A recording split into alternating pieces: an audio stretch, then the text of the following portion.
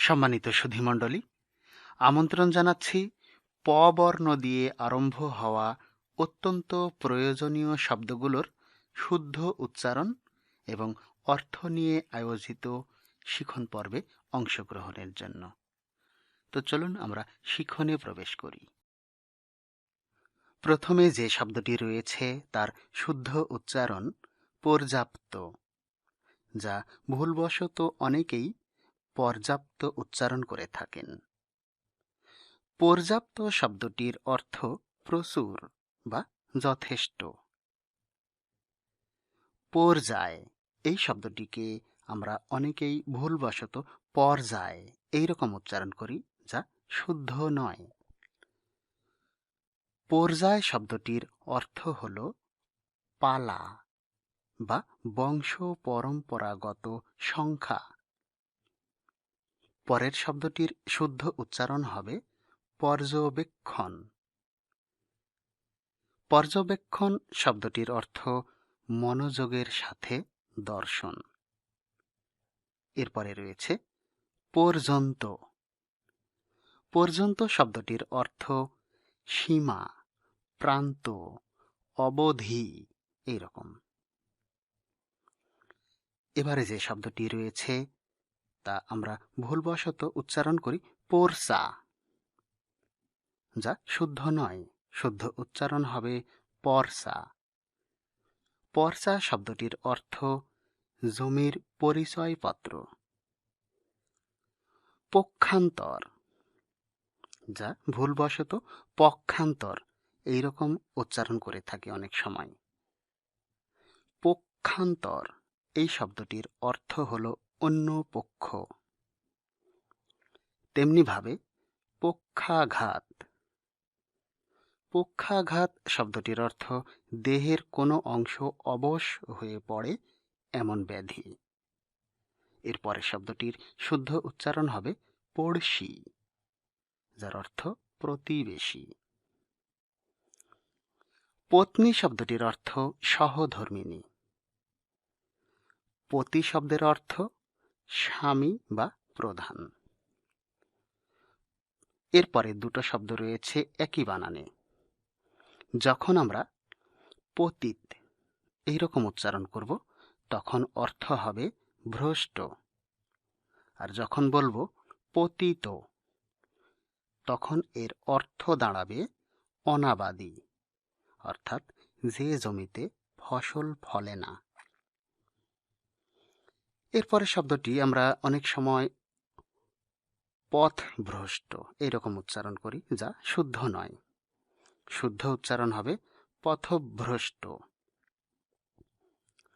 পথভ্রষ্ট শব্দটির অর্থ হল বিপথগামী। পথচারী, পথচারী নয়, পথচারী এটি শুদ্ধ উচ্চারণ, যার অর্থ হল পথ দিয়ে পায়ে হেঁটে ভ্রমণকারী। পরের শব্দটি কিন্তু ওকারান্ত উচ্চারণ হবে না, উচ্চারণ হবে পথ ভোলা।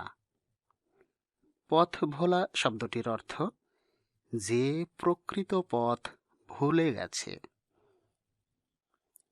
পথিকৃত, আমরা ভুলবশত পথিকৃত উচ্চারণ করে থাকি, যা অশুদ্ধ। শুদ্ধ উচ্চারণ পথিকৃত। পথিকৃত শব্দটির অর্থ হল কর্মপথের অগ্রগামী। পদার্পণ শব্দটির অর্থ উপস্থিত হওয়া। পদাতিক শব্দটির অর্থ যে সৈনিক পায়ে হেঁটে যুদ্ধ করে। এরপরে যে শব্দটি রয়েছে আমরা ভুলবশত 15 উচ্চারণ করে থাকি, যা শুদ্ধ নয়। শুদ্ধ উচ্চারণ হবে 15। 15 একটি সংখ্যাবাচক শব্দ। পরশ শব্দটির অর্থ স্পর্শ বা ছোঁয়া। এবারের শব্দটি রয়েছে যার শুদ্ধ উচ্চারণ পরমত। পরমত নয়, পরমত, যার অর্থ অন্যের মত। তেমনিভাবে পরমত সহিষ্ণু, পরমত সহিষ্ণু উচ্চারণ করলে শুদ্ধ হয় না। পরমত সহিষ্ণু শব্দটির অর্থ যে অন্যের সিদ্ধান্ত সহ্য করে। পরচুলা শব্দটির অর্থ কৃত্রিম চুল। এরপরে যে শব্দটি রয়েছে অনেক সময় আমরা উচ্চারণ করি পরদেশী, যা অশুদ্ধ। শুদ্ধ উচ্চারণ হবে পরদেশী। পরদেশী শব্দটির অর্থ ভিন্নদেশী বা বিদেশী। আরও একটি শব্দ রয়েছে পরদ্দেশী। বানানটির ক্ষেত্রে আমরা খেয়াল করব দয়ের সঙ্গে ব যুক্ত রয়েছে এবং তালব্য স-এর পরিবর্তে মূর্ধন্য স রয়েছে শেষে। পরদ্দেশী। দেশী মানে হিংসুক, দেশ মানে হিংসা। তাহলে পরদ্দেশী এই শব্দটির অর্থ দাঁড়ায় যে অন্যকে হিংসা করে।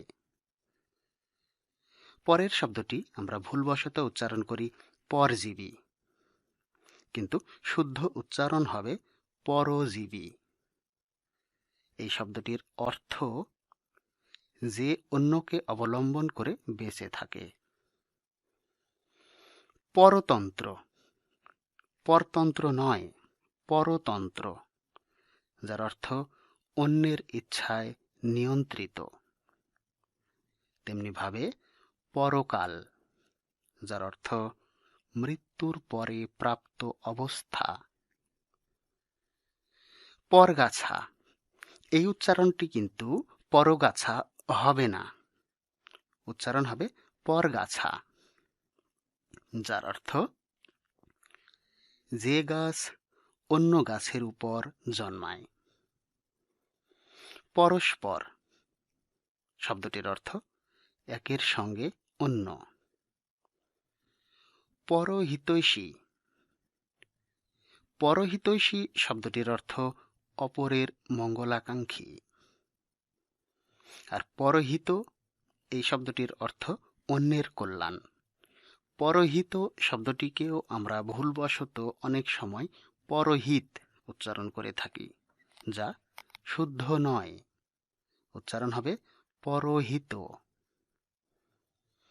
এরপরে যে শব্দটি রয়েছে এখানে আমরা ভুল করি উচ্চারণে পরাভব এই রকম করে, কিন্তু শুদ্ধ উচ্চারণ হবে পরাভব। পরাভব শব্দটির অর্থ পরাজয়। পরাভূত, যার অর্থ পরাজিত। পরিপন্থী শব্দটির অর্থ বাধাদায়ক। পরিমণ্ডল, যার অর্থ চারদিকের অবস্থা। পরিতাপ, এই শব্দটির অর্থ আফসোস। পরিতপ্ত শব্দটির অর্থ আফসোস যুক্ত। পরিতৃপ্ত, এটির অর্থ গভীরভাবে আনন্দিত।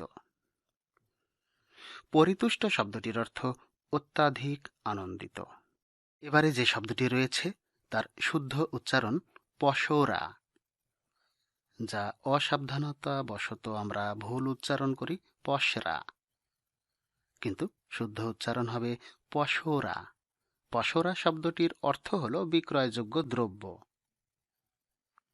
পসার, এই শব্দটির অর্থ হাট বাজার।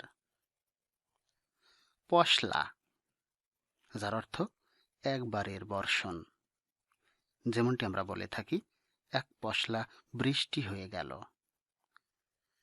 পরেরটি যে শব্দ রয়েছে তার শুদ্ধ উচ্চারণ পশিল। পশিল এইরকম উচ্চারণ করলে শুদ্ধ হয় না। পশিল এই শব্দটির অর্থ প্রবেশ করল। এবারে রয়েছে পাচ্য। পাচ্য শব্দটির অর্থ রান্নার উপযুক্ত। আমরা এর আগে দেখেছিলাম পরফলা আকার চজফলা প্রাচ্য, আর এটি হচ্ছে পাচ্য। পাচার শব্দটির অর্থ চুরি করে সরিয়ে ফেলা। প্রশস্ত, এবং এটির শুদ্ধ উচ্চারণ প্রশস্ত। প্রশস্ত এ দুটোই শুদ্ধ, যার অর্থ হলো বিস্তৃত বা চওড়া। প্রশস্তি, এটির অর্থ প্রশংসা। প্রসরণ, প্রসরণ শব্দটির অর্থ বিস্তার বা ব্যাপ্তি। এরপরে রয়েছে প্রস্রবণ। প্রস্রবণ নয়, প্রস্রবণ। প্রস্রবণ শব্দটির অর্থ ঝর্ণা, প্রবাহ, এরকম। পরেরটি রয়েছে প্রহসন, যা ভুলবশত আমরা উচ্চারণ করে থাকি প্রহসন, যা শুদ্ধ নয়। শুদ্ধ উচ্চারণ প্রহসন। এর অর্থ হল বাস্তব বর্জিত অনুষ্ঠান। প্রহত শব্দটির অর্থ আঘাতপ্রাপ্ত। প্রাজ্ঞ, এই শব্দটিকে আমরা অনেক সময় চন্দ্রবিন্দু ছাড়াই উচ্চারণ করি, যা শুদ্ধ নয়। শুদ্ধ উচ্চারণ হবে প্রাজ্ঞ, যার অর্থ বুদ্ধিমান। এরপরে রয়েছে প্রাঞ্জল। প্রাঞ্জল শব্দটির অর্থ সহজবোধ্য, তবে ভুলবশত অনেক সময় আমরা প্রাঞ্জল এইরকম উচ্চারণ করি, যা সঠিক নয়। প্রাশন শব্দটির অর্থ ভোজন, আহার, যেমনটি নিমন্ত্রণ পত্রে লেখা হয়ে থাকে অন্নপ্রাশন। প্রসন্ন, প্রসন্ন শব্দটির অর্থ সন্তুষ্ট। প্রসন্ন নয়, প্রসন্ন। প্রসিত, এই শব্দটির অর্থ প্রবাসী। প্রেষিত শব্দটির অর্থ প্রেরিত বা নিয়োজিত।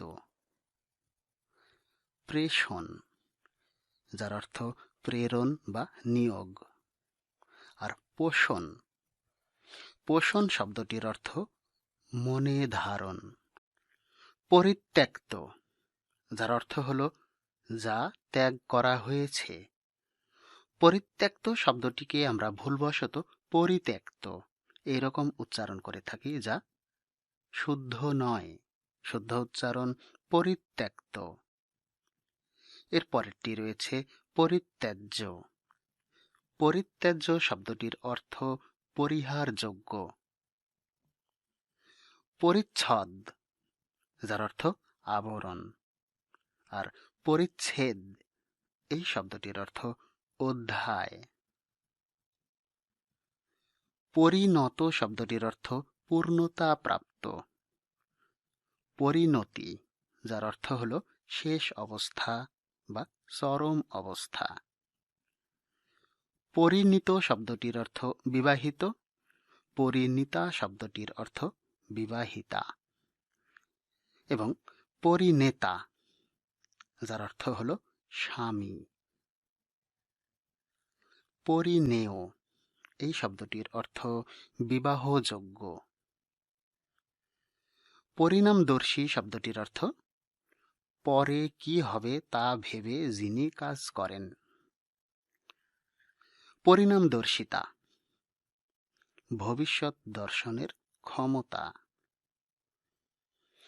এবারে যে শব্দটি আমরা এখানে পেয়েছি তার শুদ্ধ উচ্চারণ প্রাচ্য। প্রাচ্য শব্দটির অর্থ হল পূর্ব দিকে অবস্থিত। পাশ্চাত্য, এই শব্দটির অর্থ পশ্চিম দিকে স্থিত। পশ্চাৎ, যার অর্থ পিছে, পরে, পশ্চিমে, এইরকম। এবারে যে শব্দটি রয়েছে তা হল পশ্চাৎপদ, যার উচ্চারণ আমরা ভুলবশত করে থাকি পশ্চাৎপদ। পশ্চাৎপদ নয়, শুদ্ধ উচ্চারণ হবে পশ্চাৎপদ। পশ্চাৎপদ শব্দটির অর্থ যে পিছনে হটে এসেছে। পাক শব্দটির অর্থ কাদা, আর পাক শব্দটির অর্থ পবিত্র, তবে পাক শব্দের অর্থ রান্না, এটিও কিন্তু হয়। পাশ, যার অর্থ হলো ছাই। প্রেরণ, প্রেরণ এইরকম উচ্চারণ করলে তা শুদ্ধ হয় না। শুদ্ধ উচ্চারণ প্রেরণ, যার অর্থ পাঠিয়ে দেওয়া। প্রেরণা শব্দটির অর্থ উদ্দীপনা। প্রীতিভোজ, এই শব্দটির অর্থ আনন্দোৎসব উপলক্ষে ভোজ। প্রীতি সম্ভাষণ, প্রীতি সম্ভাষণ এই শব্দটির অর্থ হল বন্ধুত্ব জ্ঞাপক কথাবার্তা। প্রশ্ন, প্রশ্ন শব্দটির অর্থ হল জিজ্ঞাসিত বিষয়। প্রয়োগ, যার অর্থ কাজে লাগানো। প্রলাপ শব্দটির অর্থ অনর্থক বাক্য। প্রলয়, প্রলয় শব্দটির অর্থ ব্যাপক ধ্বংস। পেশ, যার অর্থ হল উপস্থাপন। পৃষ্ঠপোষক, পৃষ্ঠপোষক নয়, পৃষ্ঠপোষক, যার অর্থ হল সমর্থক। পুরাতাত্ত্বিক শব্দটির অর্থ প্রাচীনকালের ইতিহাস বিশেষজ্ঞ। পাণ্ডুর শব্দের অর্থ ফ্যাকাশে। পাষণ্ড, এই শব্দটিকে আমরা ভুলবশত উচ্চারণ করি পাষণ্ড। পাষণ্ড নয়, শুদ্ধ উচ্চারণ হবে পাষণ্ড, যার অর্থ অবিশ্বাসী, পাপী বা পাপিষ্ঠ এইরকম। পাষাণ শব্দের অর্থ নিষ্ঠুর। এরপরে যে শব্দটি রয়েছে শুদ্ধ উচ্চারণ হবে পার্থিব, যা ভুলবশত উচ্চারণ করে থাকি পার্থিব। পার্থিব নয়, শুদ্ধ উচ্চারণ হবে পার্থিব, যার অর্থ পৃথিবী সম্বন্ধীয়। এরপরে রয়েছে পার্ষদ, পার্ষদ নয়, পার্ষদ, যার অর্থ সদস্য। পরিহাস অর্থাৎ ঠাট্টা বা তামাশা। পরিহার্য, যার অর্থ পরিত্যাগযোগ্য। পরীক্ষণ, পরীক্ষণ নয়, পরীক্ষণ, এটি হবে শুদ্ধ উচ্চারণ। পরীক্ষণ শব্দটির অর্থ পরীক্ষা করা, আর পরীক্ষা শব্দটির অর্থ যোগ্যতার বিচার। সম্মানিত সুধীমণ্ডলী, শুদ্ধ উচ্চারণ ও শব্দার্থ সংক্রান্ত আয়োজিত এই শিখন পর্বে সংযুক্ত থাকায় অসংখ্য ধন্যবাদ। সেই সঙ্গে পরবর্তী শিখন পর্ব দেখার আহ্বান রেখে আজকের শিখন এখানেই সমাপ্ত করছি। ভালো থাকবেন সবাই।